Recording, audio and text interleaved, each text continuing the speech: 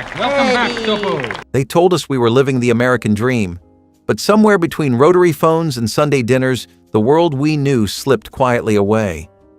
What did we lose when childhood stopped sounding like a screen door slamming and started feeling like silence? Beatlemania was not just music. It was a storm that swept through American culture like nothing before or since. When the Beatles arrived in the United States in 1964, it was as if the air itself changed. Teenagers screamed until their voices broke. Radio stations could not play anything else, and every kid with a guitar suddenly had a reason to dream. They were more than a band. They were a movement, an awakening, a cultural heartbeat that made everything feel alive. Ed Sullivan introduced them, and the world was never the same. Their suits were clean-cut, their hair was scandalously long, and their charm was effortless. Mothers rolled their eyes. Fathers complained. But the kids, oh the kids, worshipped them. Every lyric felt like it had been written just for you. Every song was an invitation to feel something bigger. It was not just about rebellion. It was about joy. It was about possibility. And when the screaming stopped and the record slowed down, you realized you had been part of something rare, something pure, something that would echo through your whole life, even when the music faded. Elvis Presley's 1968 comeback special was more than a concert. It was resurrection. The king had been quiet for too long, tucked away in Hollywood making movies while the world moved on. But when he stepped onto that stage in black leather, surrounded by a small audience and a simple set, it was electric. It was raw. It was Elvis, stripped down and unfiltered, bearing his soul through every note and smirk. You could see it in his eyes. This was a man who knew what he had lost, and he was ready to take it back. Millions of Americans sat frozen in front of their televisions, witnessing a moment of history wrapped in swagger and sweat. He laughed. He growled. He made the microphone his dance partner. And for that hour, time stood still. For the fans who remembered his early days, it was a welcome home. For the new generation, it was an introduction to greatness. This was not nostalgia. It was revival. It reminded everyone why he mattered, why he never really left. And even now, decades later, you can still feel the shiver from that first note. Woodstock was more than a concert. It was a thunderclap that shook the soul of a generation. In the summer of 1969, nearly 500,000 people gathered in a muddy New York field, not just to hear music, but to declare that they were here, that they mattered, and that the world could be different. It rained. It stank. There were shortages, chaos, and confusion, but none of it mattered. People danced barefoot in the mud. They hugged strangers. They shared food, tents, blankets, dreams. Jimi Hendrix wailed his guitar into the dawn. Janis Joplin cried through her songs, and Country Joe shouted protest into the wind. It was not organized, not polished, not clean. It was real. Woodstock was a rebellion draped in flowers, an accidental miracle. And for those 3 days, the rules did not apply. Race, class, gender, they melted into one shared rhythm. It was not just music. It was hope on stage. If you were there, you never forgot it. If you were not, you wished you had been. Because Woodstock was not just an event. It was a turning point. The moment when youth decided the future would sound like guitars and feel like freedom. The twist was the dance that changed everything. Before Chubby Checker spun that record, dancing was neat and rehearsed. Partners held hands, steps followed rules, movements were polite. Then came that beat, that irresistible, snake-hipped rhythm that slipped into every living room in America and shook the furniture loose. Suddenly, your feet moved on their own, your hips followed, your parents gasped, and then they started twisting too. No partner required, no rhythm needed, just energy, joy, and a little room to spin. The twist was contagious. You danced it in sock hops, in basements, on porches, at weddings. Even the White House could not resist. It was silly, it was simple, but it felt like freedom. For a generation that had grown up under strict rules and stifling expectations, this was the first time your body got to speak for itself. The music told you to let go. And for once, everyone did. Maybe that is why it lasted. Why decades later people still smile when they hear it. Because the twist did not just change how we danced. It changed how we lived. American Bandstand was more than a television show. It was the heartbeat of teenage America. Every weekday afternoon, kids tuned in not just to hear the latest songs, but to see what was cool, what was new, and what everyone else was doing. Dick Clark stood like a calm lighthouse in a sea of pop culture. His voice was smooth, his smile was constant, and his stage was sacred. The music? Everything from Frankie Avalon to the Supremes to Smokey Robinson. The dancers? Real kids from Philly, spinning and stepping like they owned the world. It made you believe that style could be learned and confidence could be caught just by watching. The studio may have been small, but to you it felt like the center of the world. This was where culture was happening, and you were lucky enough to witness it. You watched them and imagined yourself right there, in saddle shoes or penny loafers, maybe catching the eye of someone across the floor. Bandstand taught you what to wear, how to move, how to fall in love for 3 minutes at a time. And it gave voice to a generation that was just beginning to understand its power. This was before music videos, before the internet, before everything became disposable. Back then, you waited all day just to feel part of something bigger. And for 30 minutes, you were not alone. You were in it. You were alive. I Dream of Jeannie and Bewitched were not just television shows, they were tiny, glowing windows into a world where the impossible happened right in your living room. There was something deeply comforting about the idea that magic could hide in plain sight, behind suburban doors and buttoned-up suits. Jeannie's blink or Samantha's twitch of the nose didn't just make objects fly, they made us believe that wonder could exist even when the world felt heavy. For children, it was hilarious and mesmerizing. For adults, it was a quiet fantasy about control in a decade marked by chaos, war, and upheaval. It was more than entertainment. It was an escape disguised as a sitcom. These women were powerful in a world that still asked them to stay quiet. And somehow, they made enchantment feel normal, even necessary. While cities raged with protest and households trembled under the threat of change, these women offered a kind of playful rebellion, using powers no one could take from them. The colors were vibrant, the laughter was clean, and the tension always resolved by the end credits. Back then, a television set was a piece of furniture, and the whole family would gather around it like a hearth. When you watched Bewitched, you were not just laughing, you were remembering a time when solutions came with a sparkle, and every problem had a magical fix. That kind of comfort is hard to come by now. Saturday mornings in the 1960s were sacred, not for church or chores, but for that wonderful ritual of pouring a bowl of sugary cereal, dragging a blanket to the shag carpet, and letting the cartoons take over. The Flintstones, the Jetsons, Scooby-Doo, Top Cat, and Johnny Quest. These were not just shows. They were your earliest taste of freedom. For a few golden hours, parents were quiet, the world was still, and imagination ruled. The animation was clunky, the jokes were corny, and the voices were unmistakable. But those flaws were part of the charm. These cartoons gave you a safe place to dream before the real world rushed in. They made Saturday feel like a holiday. But none of that mattered. These shows were your friends, your babysitters, your guides into a universe where dogs talked, cavemen drove Stone Age cars, and space travel was just part of everyday life. You did not watch them passively, you absorbed them. The music, the catchphrases, the toy commercials wedged in between, they etched themselves into your memory like chalk on a sidewalk.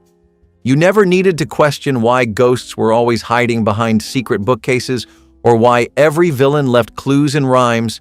You just accepted the magic of it. And when the cartoons ended and the real world crept back in, part of you always wished it had lasted just a little bit longer. Drive-in theaters were more than just a place to see a movie. They were an American ritual.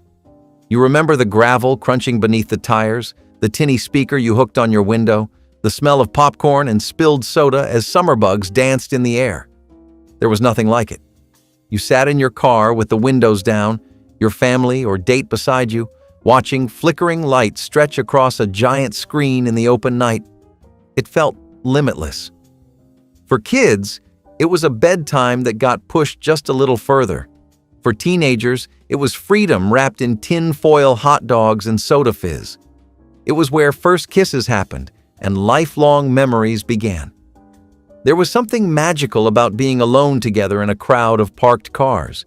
Even when the film faded, the moment stayed with you. And for parents, it was a chance to remember who they were before everything got so complicated. It did not matter if the movie was good. It mattered that you were there, that you could recline in the front seat or stretch out in the back and feel like the world had paused for you. When the reels ended and the credits rolled, you did not just drive home. You carried with you a quiet glow that stuck to your clothes like campfire smoke. A memory you did not know you were making until years later. There was a time when Sunday night meant one thing, the Ed Sullivan Show. You would gather with your parents and siblings, maybe still wearing your church clothes, and turn the dial to the one program that seemed to stop the country in its tracks. He was not flashy, not loud, but Ed Sullivan had this strange magnetism. He could introduce an opera singer one minute and a rock band the next, and somehow it all made sense. This was the stage where America first met Elvis Presley, where the Beatles caused teenage girls to scream so loud the audio cracked. Your living room turned into a concert hall, a comedy club, a cultural event. It felt like a national ceremony, only with juggling acts and rock and roll. The diversity of talent made you believe the world was bigger than your neighborhood, and it gave you permission to dream beyond what you could see. You watched jugglers, comedians, Broadway dancers, and ventriloquists with awe because everything felt like it belonged to the same heartbeat. And even if you were too young to care about opera or stand-up jokes, you knew it mattered. Because your parents were watching, your neighbors were watching, everyone was. And when it ended, you went to bed feeling like you had been part of something real. Today, everything is streaming, fragmented, on demand. But back then, that was a moment, and you were in it. Soap operas were the quiet pulse of the American household. You did not have to watch every episode to know what was happening. Someone was always in love, in trouble, or just waking up from a coma. Shows like General Hospital, Days of Our Lives, and Guiding Light did more than fill the weekday afternoons. They created rituals. Mothers folding laundry in front of the television, grandmothers muttering about characters as if they were relatives, kids sneaking a peek at storylines they were too young to understand. There was a rhythm to it, the dramatic music, the lingering stares, the shocking plot twists announced right before a commercial break. These shows mirrored real life, only messier, bolder, more glamorous. In a time when many women were homemakers and daily routines could feel isolating, these stories offered connection, excitement, and escape. Soap operas taught you that every small action could ripple, that secrets always came out, and that even heartbreak came with a wardrobe change. They made the mundane magical. And while the world outside changed fast, civil rights protests, moon landings, assassinations, inside the television, the drama stayed familiar, safe, predictable. A strange kind of comfort in a world that was anything but. The Easy Bake Oven was not just a toy, it was a rite of passage.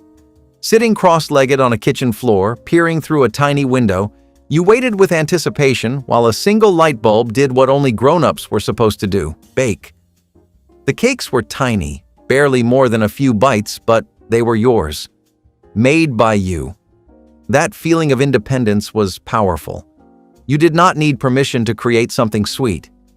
You mixed the little packets, slid the tray in, and hoped your sibling would not bump it. It was not just about dessert. It was about growing up. About stepping into a world that seemed too big and saying, I can do that too. It taught patience, pride, and the small but unforgettable joy of sharing something warm you made with your own hands. You would beam as your family took a bite, whether it tasted good or not. Because it came from you. Decades later, when you see one tucked away in a thrift store or museum, your heart tugs a little. That little oven lit more than cakes. It lit confidence. And in a world that moved fast, it slowed time down to a single, sweet moment. Leet Breet was pure magic in a plastic box. You would sit in a dim room, pop in a black sheet, and start plugging in those tiny, translucent pegs. Red, blue, green, yellow. Each one clicked into place with a tiny promise. Something beautiful was coming. There were no screens, no apps, no guidance from some distant algorithm. Just your imagination glowing softly in the dark. Maybe it was a star, a smiley face, a flower, or your dog's name in rainbow letters, and when you flipped the switch, your room transformed. That soft electric buzz and warm light spilling out was proof that you could create something with your own two hands. It was peaceful, creative, meditative in a way you did not understand until years later. Parents would peek in and smile. You were quiet, focused, safe. There was pride in every finished piece, even when the pegs did not quite line up. It taught you that art did not have to be perfect. It just had to glow. And as you grew older and the pegs got lost under couches or wedged in the carpet, the memory of that light never left. It was your first taste of creation, and it still shines in the dark corners of your mind. Troll dolls were strange, ridiculous, and completely irresistible. With their bulging eyes, goofy smiles, and neon hair that stuck up like they had been struck by lightning, they were a sensation you could not ignore. Every kid had at least one. Some had entire armies. They lived on bookshelves, in backpacks, perched on pencil erasers, and lined up along windowsills like tiny grinning guardians. You combed their hair, you made up names, you swapped them with friends and tried to get the rare ones with jewels in their bellies. No one really knew why they were so addictive, but they were. They looked like something pulled from a dream or a folklore story gone sideways, and somehow, that only made them more lovable. Each troll was a little friend, a tiny weirdo you could keep in your pocket. In a time before smartphones, they gave you something tactile, colorful, and full of personality. They were not about perfection. They were about fun, randomness, and joy that did not need explanation. You loved them fiercely, even as adults scoffed. Because trolls did not care if they were pretty. They just were. And that, in a way, gave you permission to be yourself, too. Hula hoops were everywhere. On sidewalks, in driveways, in schoolyards, they spun and dropped and spun again. This simple plastic circle captured the imagination of a nation and turned movement into magic. You tried to keep it going on your hips, your arms, your neck. It was about rhythm and laughter and defying gravity for just a few seconds longer. The sound of the hoop spinning against your clothes was like a summertime heartbeat. Children challenged each other to contests. Parents gave it a try and inevitably burst into laughter when it tumbled to the ground. It was exercise without ever calling it that. It was dancing without music, and it was fun without batteries, screens, or cords. The best part?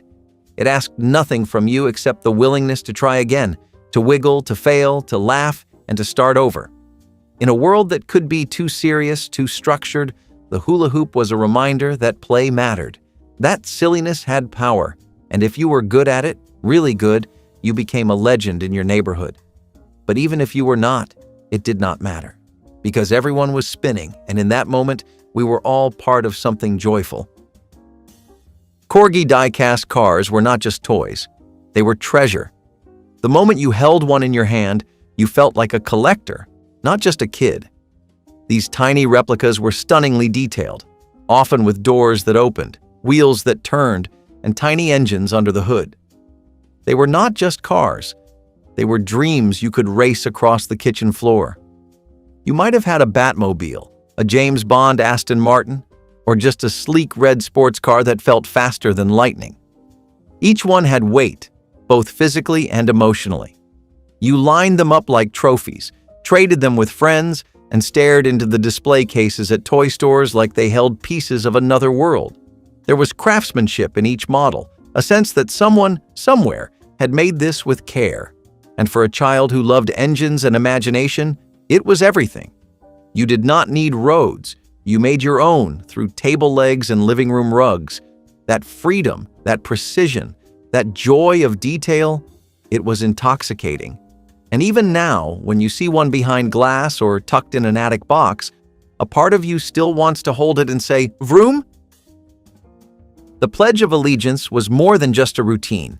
It was a daily ritual that shaped the rhythm of your childhood. Every morning you would stand, place your hand over your heart, and recite the words with your classmates in unison. The flag hung in the corner of the room, still and silent, but heavy with meaning. You might not have understood every word, but you felt its weight. It was solemn, serious, and automatic.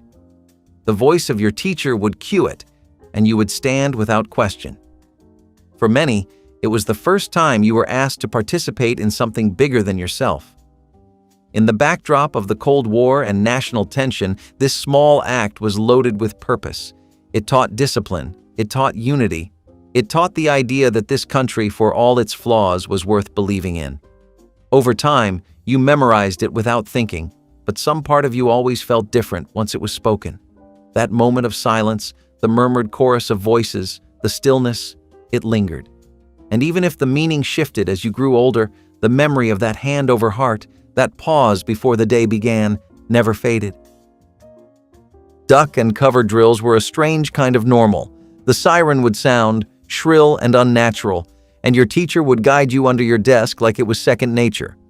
Hands over your head, eyes closed, heart pounding. You did not fully understand what you were hiding from, only that it was bad. A bomb? A blast? Something worse? The Cold War was a ghost in the classroom, unseen but always present. These drills were supposed to keep you safe, but deep down, even as a child, you knew the desk would not save you. Still, you practiced. You followed the rules, because that is what you were told to do. Looking back, it feels surreal. That children were asked to crouch and pretend safety while the world danced on the edge. But it also showed something else: resilience. Even in fear, you found routine. Even in uncertainty, you found order. The drills became background noise like the ring of a bell or the scratch of chalk. And long after the threats changed and the drills stopped, the memory of being small, scared, and trying to be brave stayed with you. There was something sacred about the clink of glass bottles on your doorstep. Milk delivery was not just convenient, it was a connection. In the early morning light, you would open the door and see them waiting in that silver crate, cold, sealed, and perfect. The milkman had already come and gone, a quiet visitor who asked for nothing and gave nourishment. The cream rose to the top. Sometimes the bottles would sweat in the heat. Sometimes they would freeze in winter, cracking at the neck. But they were always there. It was reliable in a world that was not. For parents, it meant one less errand. For kids, it meant cereal without fuss. And for everyone, it meant a kind of trust that is almost impossible to imagine now. You left empty bottles out. He took them, cleaned them, replaced them. No app, no payment screen. Just people doing their part. And even though supermarkets and plastic jugs eventually took over, there is a part of you that misses those bottles. The way they felt in your hand, the sound they made, the knowledge that someone had already thought of you before you even opened your eyes. Handwritten letters were a conversation carved in ink. Before email, before texts, before thumbs learned how to type, there was the pen, the page, and the quiet patience of writing to someone you missed. You chose your words more carefully back then. You folded the paper like a secret, licked the envelope, affixed a stamp with precision and hope. And then, you waited, sometimes for days, sometimes for weeks. And when the letter finally arrived, the moment was electric. You held it in your hands, knowing it had passed through towns, sorting machines, maybe even rain and snow just to get to you. There was magic in that.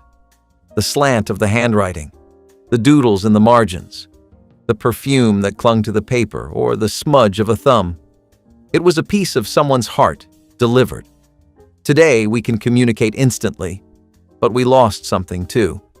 That feeling of anticipation, that thrill of recognition, that deep, quiet joy of being worth a letter. A real one, with ink and intent and time. Rotary phones were heavy, patient, and proud. They sat in the center of the home like a stone monument, attached to the wall or curled in the corner of a side table. You did not just make a call, you committed to it. You picked up the receiver, heard that soft hum of the dial tone, and turned the wheel, number by number, click by click. If you got it wrong, you had to start all over again. No shortcuts, no undo button. And you waited. Waited while the line rang. Waited to see if someone would pick up. There was no caller ID, no spam filter, just the raw thrill of connection. Every conversation was intentional. Every call had weight. You memorized numbers, not because you wanted to, but because you had to. And if the cord stretched across the room while you paced nervously during a teenage heart-to-heart, well, that was just part of the ritual. Rotary phones taught you something about presence, about the value of slowing down. And when they rang, really rang, the whole house heard it. And everyone wondered, who could it be? The launch of the Ford Mustang in 1964 was not just the debut of a car, it was the beginning of a cultural revolution.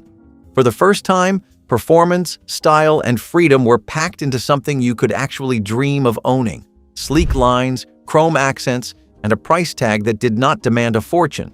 It was the perfect storm. Teenagers stared at showroom windows like they were seeing the future.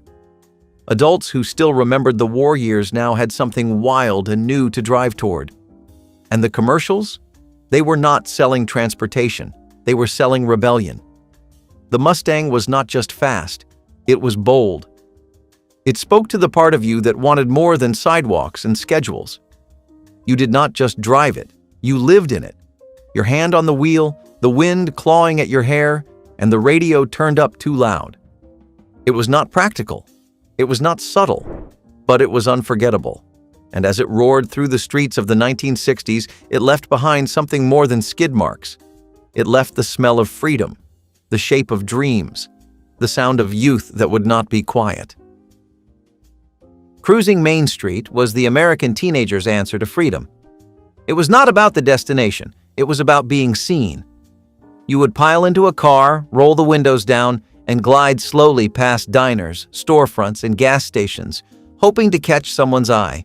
Your favorite song played on the radio. Your best friend laughed in the back seat. And every stoplight was a chance for something to happen.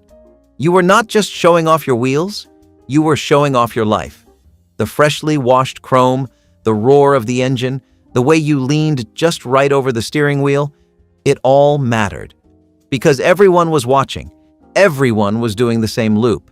Sometimes you stopped to talk, sometimes you circled back, sometimes you just drove in silence, happy to exist in the middle of it all. There was drama, romance, friendship, and flirtation written in every slow pass. The street became your stage, and long before social media, this was how you posted your status. Cruising. No one told you to do it. It just happened. Like instinct. Like tradition. And if you remember the smell of summer asphalt and the hum of tires under a slow sky, you were there.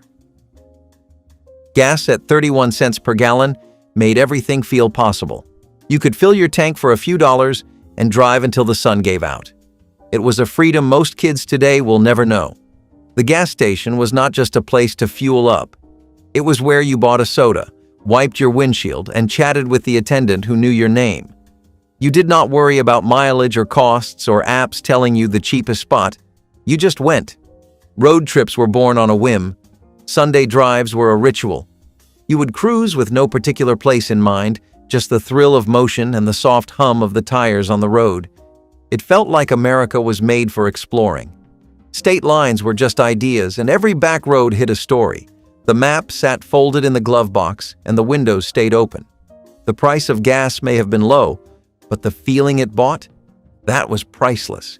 It meant laughter, adventure, and maybe even a first kiss under the stars at some forgotten rest stop. Today, we watch the numbers climb at the pump. Back then, we watched the horizon.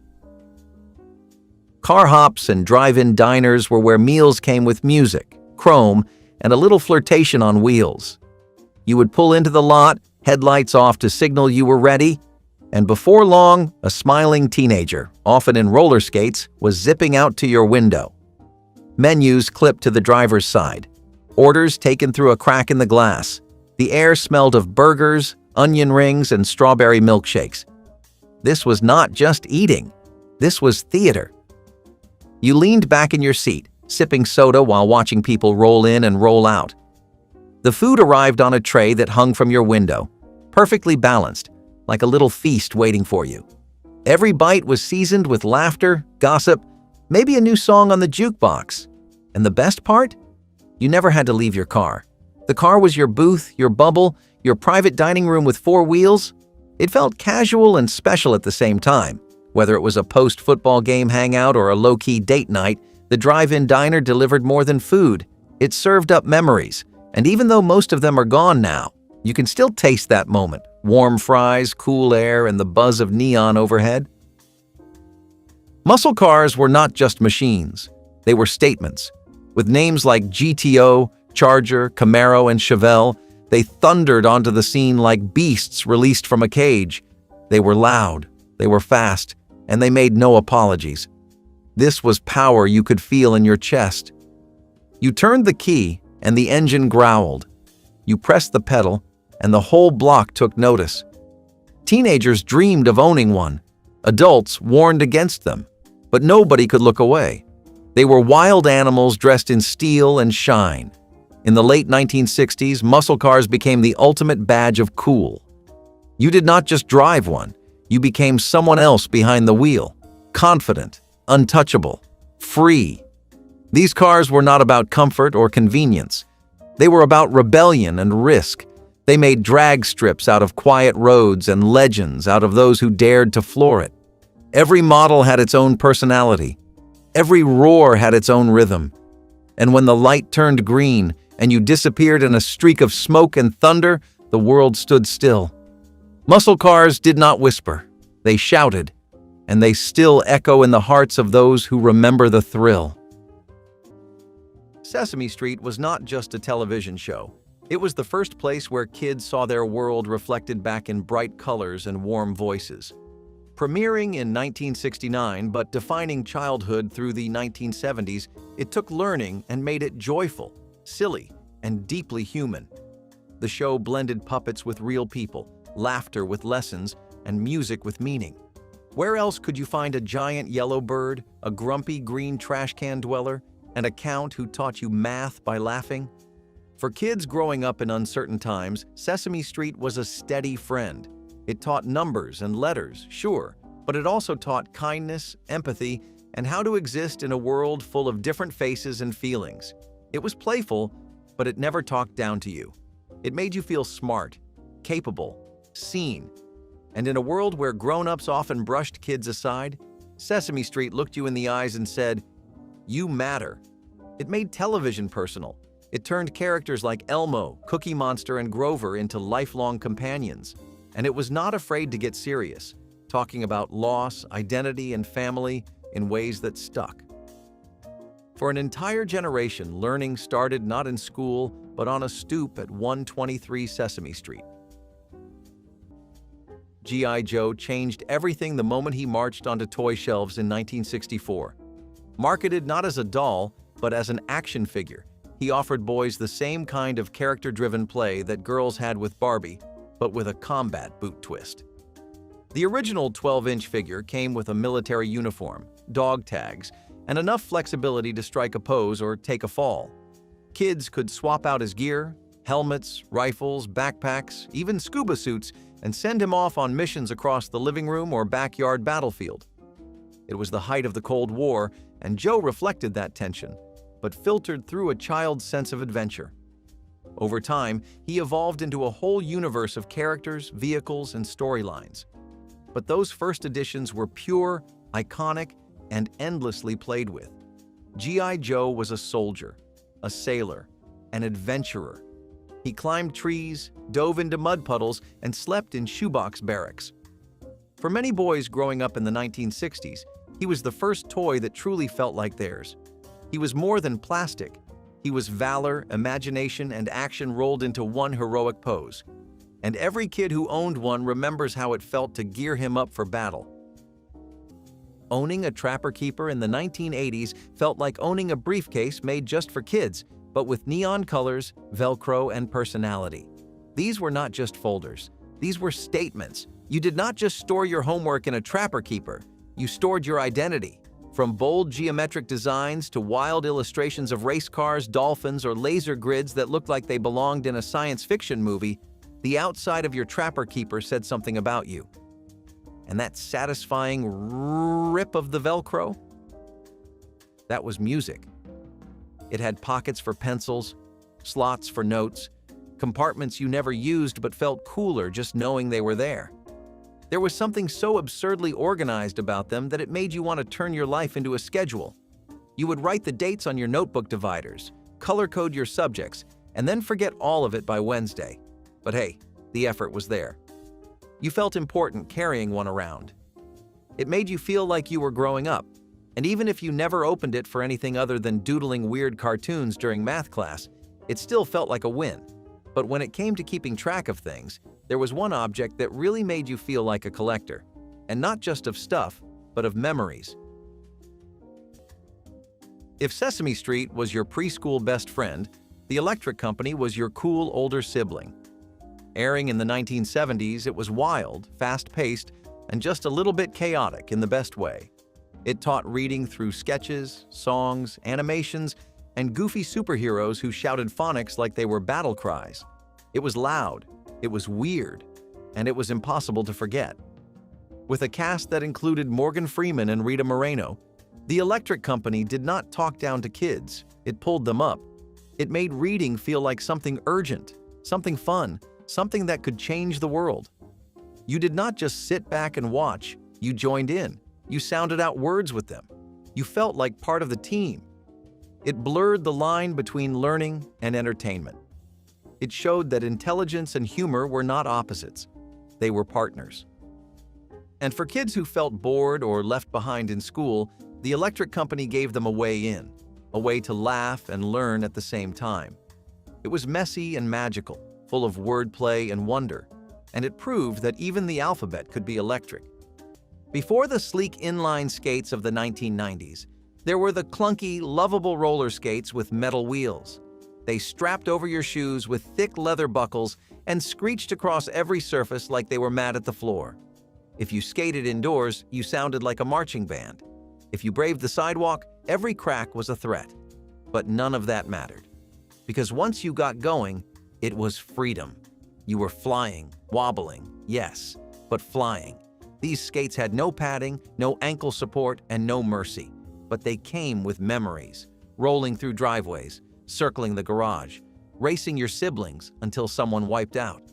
You remember the sound they made on concrete, the clatter as you tried to stop, the feeling of falling and getting back up anyway. Roller discos made them iconic. Kids and teens glided under colored lights, surrounded by Bee Gees and Donna Summer, feeling cooler than they ever had. You might have never mastered the spin. You probably fell more than you want to admit. But those skates, those metal-wheeled monstrosities, were the soundtrack to a whole chapter of growing up. They were heavy, loud, and impossible to forget. Corgi toys were more than just cars. They were miniature masterpieces. Introduced by British company Metoy in the late 1950s, they reached peak popularity in the 1960s with American kids who were obsessed with anything fast, shiny, or connected to TV and movie heroes. These die-cast vehicles were small enough to fit in your pocket, but detailed enough to spark hours of imaginative play. Police cars came with real-looking sirens. Race cars had working hoods. And the crown jewel?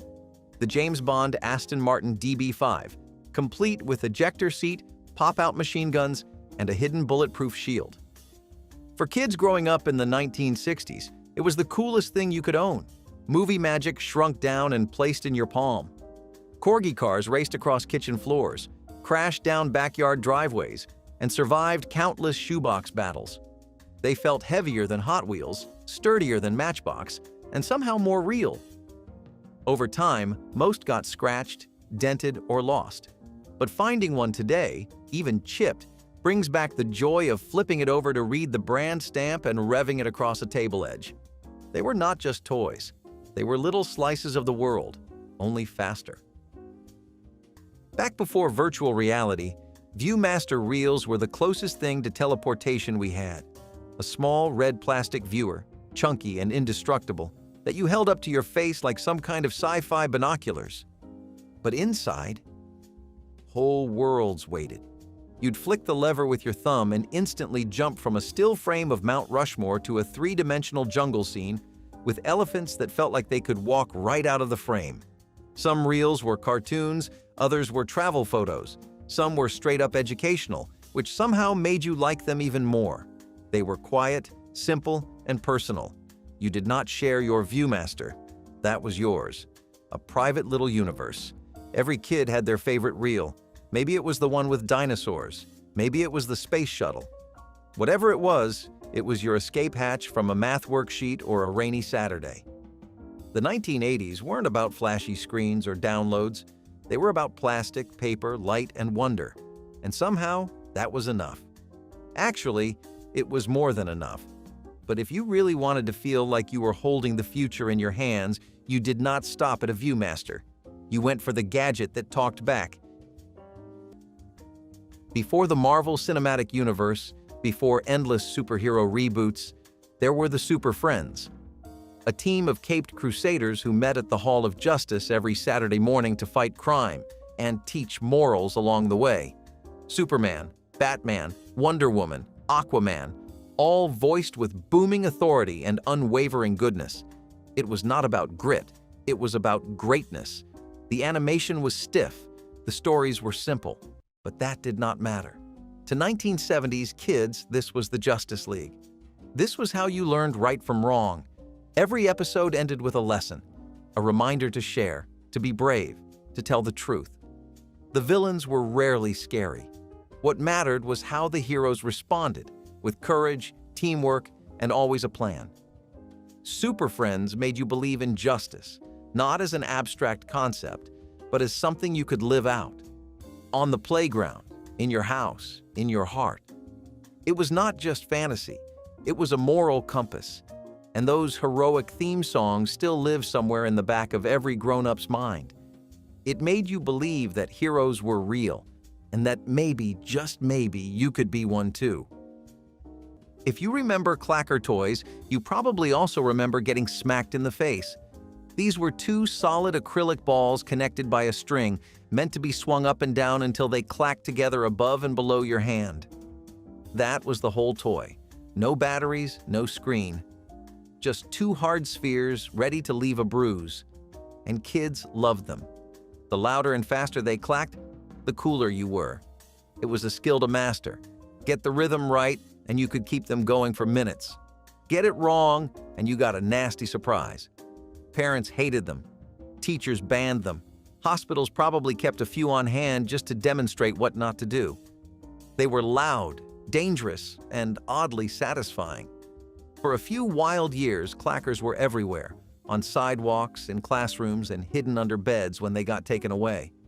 Eventually, safety concerns shut them down, but not before a generation got their fill of noise and near misses.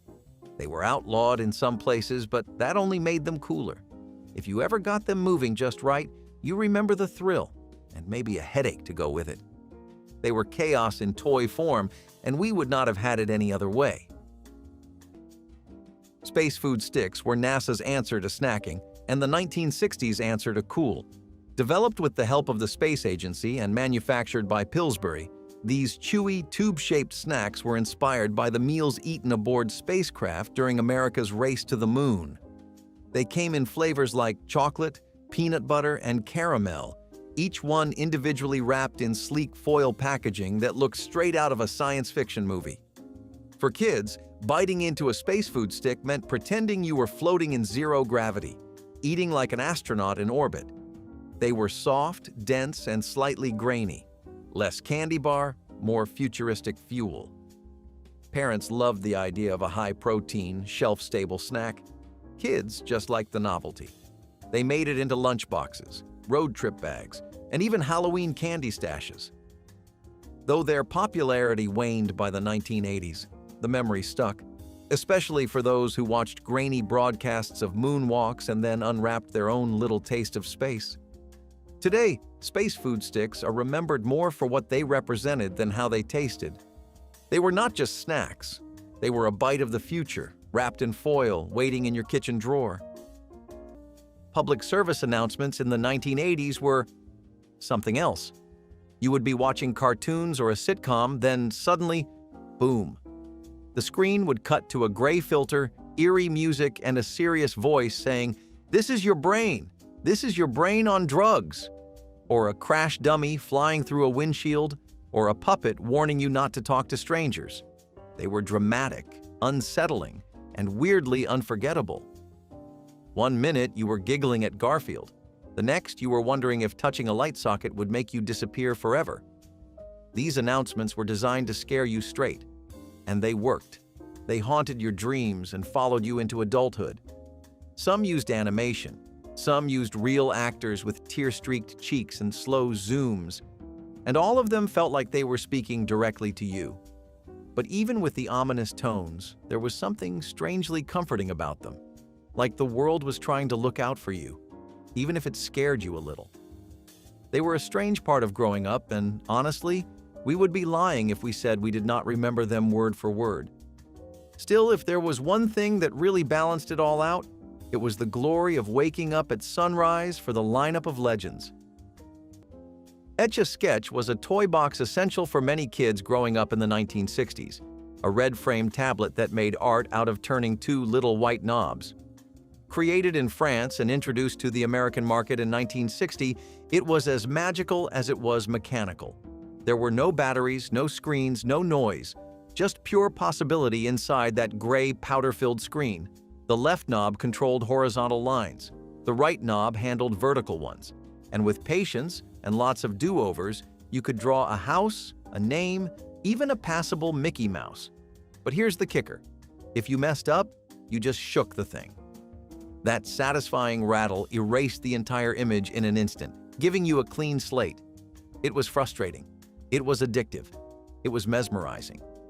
You might remember twisting the knob so hard your fingers hurt, trying to make curves when all it wanted to give you was straight lines. Yet when you finally got something to look just right, the pride was real. Etch-a-Sketch was art, logic, and trial and error rolled into one simple frame. In a world of ever-evolving toys, this one stayed still, and that was its power. The Brady Bunch was a family like no other, and yet it felt like everyone's family. 6 kids, 2 parents, and a house full of laughter, chaos, and pastel-colored drama. Premiering in 1969, but becoming a cultural mainstay throughout the 1970s, it was pure television comfort food. Every episode ended with a smile, a hug, and a catchy lesson on sharing, honesty, or sibling rivalry. It was not edgy. It was not deep. But it was warm. And for kids whose homes were not always so perfect, the Brady Bunch offered a glimpse of what harmony could look like, even if it was idealized. Mike and Carol never yelled. Alice the housekeeper always had a one-liner ready. And the kids? They were just messy enough to be real. You picked a favorite. You sang along with the theme song. You quoted Jan's iconic "Marcia, Marcia, Marcia." It was pop culture innocence. A time capsule of bell-bottoms, perms, and avocado-colored kitchens. And even if you rolled your eyes at the cheese, deep down you loved that family. Because they showed that even the most blended bunch could belong. And that felt revolutionary in its own gentle way. In the 1970s, getting a TV signal felt like summoning the spirits. You did not just turn on the television and sit back, you had to work for it. That meant rabbit ears. That meant stretching, adjusting, and holding metal rods in every direction. And when the fuzz would not go away, there was only one solution: tinfoil. It crinkled, it sparkled, and somehow it worked. Wrapped like a desperate science experiment, your television antenna became a sculpture of hope and frustration. You might remember your sibling being the designated antenna holder, standing on one leg, arm raised, frozen in place while the rest of the family watched. It was trial and error, comedy, and chaos. The goal? A clear picture, even if it only lasted 5 minutes. There were always threats not to move, begging someone not to breathe too hard, cheering when the static cleared, booing when it came back. It was not just about the picture, it was about the ritual, the teamwork, the sacrifice. You learned patience, you learned creativity.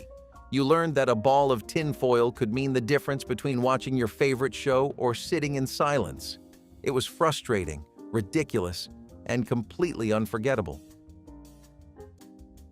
No child in the 1970s felt cooler than when riding a big wheel. With its huge front wheel, low-riding plastic seat, and bright colors, it looked like a race car designed by a kid, because it basically was. Once you hopped on and pushed those plastic pedals, you were not just moving, you were flying. Sidewalks became speedways, driveways became danger zones, and every slope was a dare. The sound of the wheels grinding on concrete was a soundtrack of summer. Every kid knew how to drift, how to slam the brake and spin out in a glorious slide that made you feel like a stuntman. Scraped knees were badges of honor. Big wheels were not built to last, but that only made you ride harder. They cracked, they faded. But while they worked, they were unstoppable. Parents loved them because they were safe. Kids loved them because they felt anything but. Riding a big wheel gave you that first taste of rebellion. You could go fast, steer wild, and race your friends with nothing between you and the road but a thin piece of plastic. It was freedom on 3 wheels, and for many 1970s kids, it was their first vehicle and their first addiction to speed. Barrel of Monkeys was proof that the simplest ideas can last the longest. Released in 1965, the game came in a bright plastic barrel filled with plastic monkeys that linked together by their arms. That was it. No batteries, no board, no setup time. Just spill the monkeys and try to link as many as you could without dropping the chain. It was harder than it looked. The curved arms never seemed to hook just right, and one wrong move could send your whole line tumbling. But when you did it, when you made it past 10 or 15 monkeys, it felt like a small miracle. Kids would challenge each other to beat their records, dump and restart over and over, totally absorbed. The monkeys themselves were colorful, cheerful, and perfectly palm-sized. The game traveled well. It lived in car glove boxes, grandma's house drawers, and birthday party goodie bags. Decades later, the design remains almost unchanged, which says something about how right they got it the first time. Before screens took over fidget time, there was just you, a barrel, and 24 tiny monkeys daring you to beat your best. The Viewmaster was not just a toy, it was a portal. You held it up to your face like binoculars, clicked the lever, and entered a new world, one tiny slide at a time. These were not just pictures. They were 3D windows into places you had never been and shows you loved. Suddenly, Bugs Bunny was popping out at you. You were walking through Disneyland or swimming under the sea. The images were bright, bold, and vivid, especially when the sunlight hit just right. The reels came in paper packets, labeled like treasure maps, each one promising a new adventure, and you kept them all, in shoeboxes, in drawers, maybe scattered across the floor until your mom made you pick them up. The Viewmaster made you feel like a traveler, even if you never left your room. It was quiet entertainment. No batteries, no wires, no screens. Just your imagination and a satisfying click with every slide. The joy was in the anticipation. What will the next picture be? Where will I go next? You could spend hours lost in it. You remember how your arms got tired, but you kept clicking. One more reel. One more journey. Because for those few minutes, the world was just you and the magic inside that plastic viewer. Taping songs off the radio was a sacred mission. You would sit for hours next to your boombox, finger hovering over the record button, praying that the next song would be the one. And when it was, you had one shot to catch it clean, no static, no interruptions, and above all, no DJ talking over the intro. But of course, they always did. The opening notes would hit, your heart would race, and just as you hit record, that was the latest from Madonna. Coming up next, we've got... And just like that, your perfect mixtape moment was ruined. You would yell at the radio like the DJ could hear you. Why? Why do you do this to me? It was a battle of timing and nerves. Some kids got sneaky and recorded during the night shift when the hosts were quieter. Others became masters of timing, predicting when the chorus would drop, when the ad break would hit. It took real skill. And even if you missed a few seconds of the intro, you still labeled the tape like it was gold. You were not just building a playlist, you were capturing a moment. Free music, sure, but earned through effort, patience, and pure willpower. And if you were serious about your song collection, you were not stopping at one track. You were building an entire soundscape, one emotional banger at a time.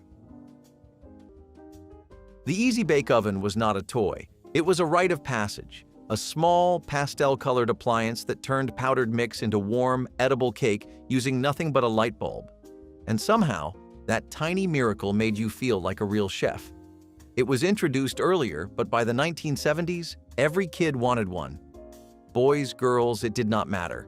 The Easy Bake Oven was your ticket to independence.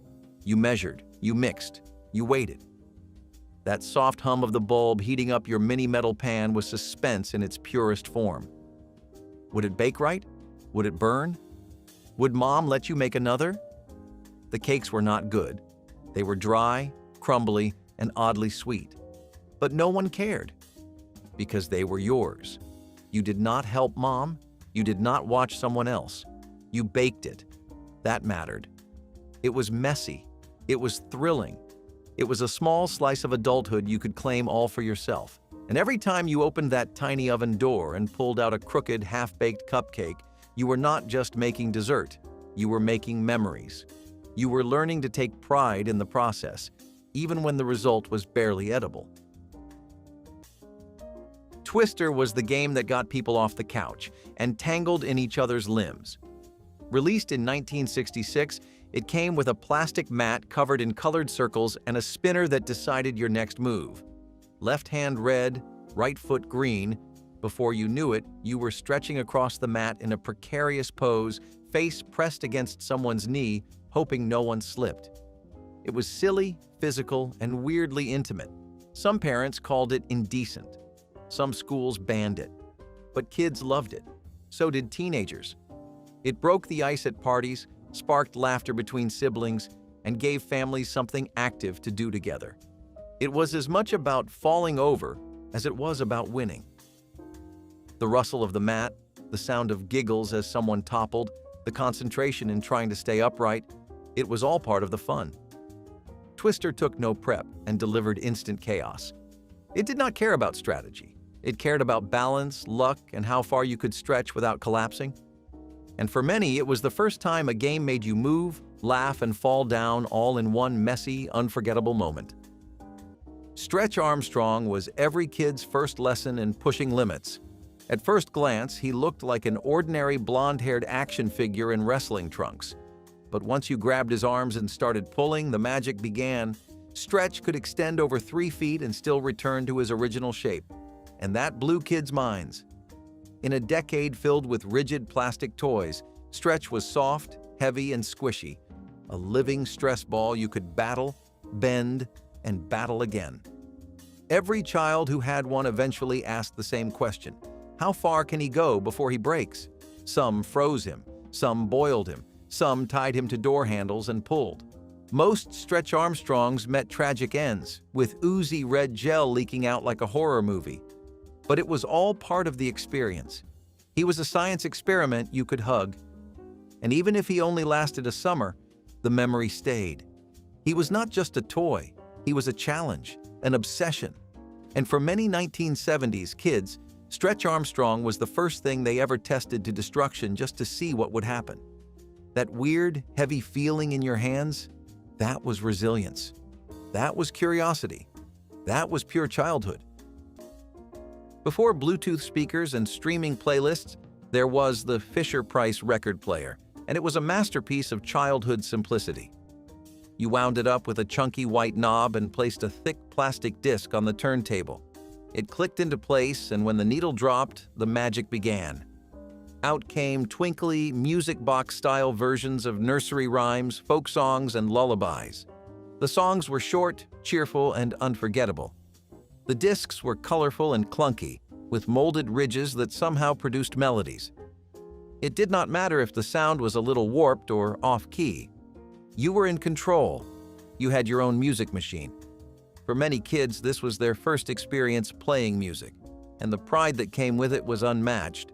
You could stack your favorite discs. You could play the same one on repeat until it drove your parents up the wall. And the best part? No batteries. Just your hands, your ears, and your imagination. You did not need to understand how it worked. You just needed to hear that familiar click, feel the turn of the crank, and know that something sweet was about to happen. It was low-tech joy in a beige plastic box, and it never stopped playing in our heads. The peachy folder was like a social billboard. Everyone had one. Those tan or yellow folders with athletes printed in faded ink on the front, football players mid-tackle, baseball players mid-swing. They were meant to be neutral, practical, but they never stayed that way. Because the moment that folder landed on your desk, it became a war zone of doodles, lightning bolts, band logos, stencils, flames, hearts with names inside them, graffiti letters that took 15 tries to get right. Every inch of it became your personal art gallery or battlefield. These things aged like ancient relics by the time June came around. It did not matter how boring the class was. Your peachy folder made sure you had something to focus on, something to claim. And if a substitute teacher tried to take it away, that was a declaration of war. Of course, personal style extended beyond the page, because it was not just about what you carried. It was about what you wore.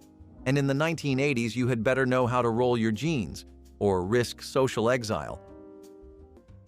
If this brought something back, share your favorite memory below, tap like and subscribe to keep the past alive.